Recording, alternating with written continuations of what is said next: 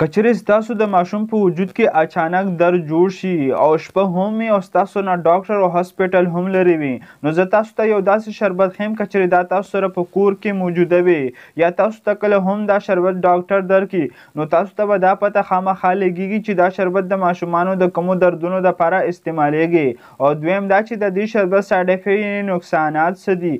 د دې شربت نوم سپاسلار پی دی او د دې چې کومه فارموله ده هغه هایوسین بیوټایل بروماید ده چې د دې فارمولې په وجه باندې دا کار کوي. کله هم چې د ماشوم په پسته غوښه کې درد راوچت شي چې هغې ته موږ په میډیکل کې سموت مسل ویلی شو، لکه د معدې کومه غوښه ده چې په هغې کې درد راوچت شي نو د هغې دپاره استعمالیږي. یا که چېرې د ماشوم په ګردو کې کاڼې وي یا زخم وي، یا که چېرې د ماشوم کم تریخې دي په هغه کې کاڼې یا زخم وي او د هغې چې کم درد راوچتېږي د هغې دپاره استعمالیږي. یا که چېرې د ماشوم چې کومې کولمې دي په هغه کې زخم وي، یا که چېرې د ماشوم د ګیس د وجې په کولمو کې کم درد راوچتېږي نو د هغې دپاره استعمالیږي. او یا که چېرې د ماشوم کومه لبلبه ده که چېرې په هغې کې خرابي راشي او د هغې خرابي د وجې کم درد جوړېږي نو هغې درد دپاره استعمالیږي. یا د ماشوم که چېرې کوم غټ بول دي د هغوی رفتار په یو ځای باندې نه وي ګډوډېږي او خرابېږي چې هغې ته موږ په میډیکل کې آی بي ایس شارټ کټ ویلی شو او د هغې د وجې کم درد ماشوم ته جوړېږي نو دې درد دپاره استعمالیږي. او دا شربت چې نوم یې سپاسلار پی دی د دې سایډ افیکټ او نقصانات دا دي خو دا هله راولي چې کله دا تاسو په یو ځای باندې ډېر زیات استعمال کې یعنی اوورډوز یې کې چې دا د ماشوم خوله وچولی شي چې هغې ته ډرای موت ویلی شي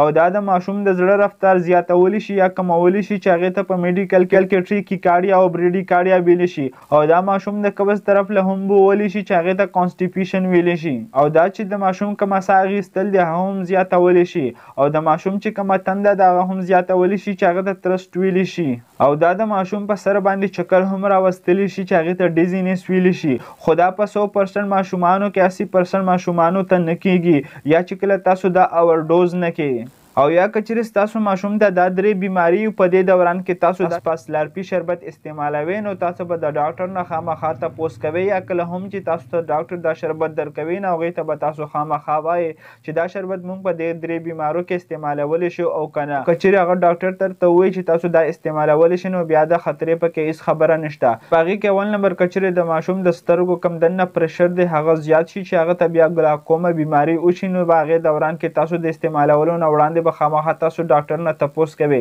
دویم دا کله هم چې د ماشوم کومه مثانه ده او په هغه کې کومه غوښه ده چې هغې ته پروسټیټ ګلینډ ویلی شي نو کله هم چې دا مثانې غوښه ستره شي چې بیا هغه ته پروسټیټ هایپرټروپي ویلی شي نو په دې دوران کې د استعمالولو نه مخکې به هم تاسو د ډاکټر نه تپوس کوئ چې آیا دا شربت موږ استعمالولی شو او که نه.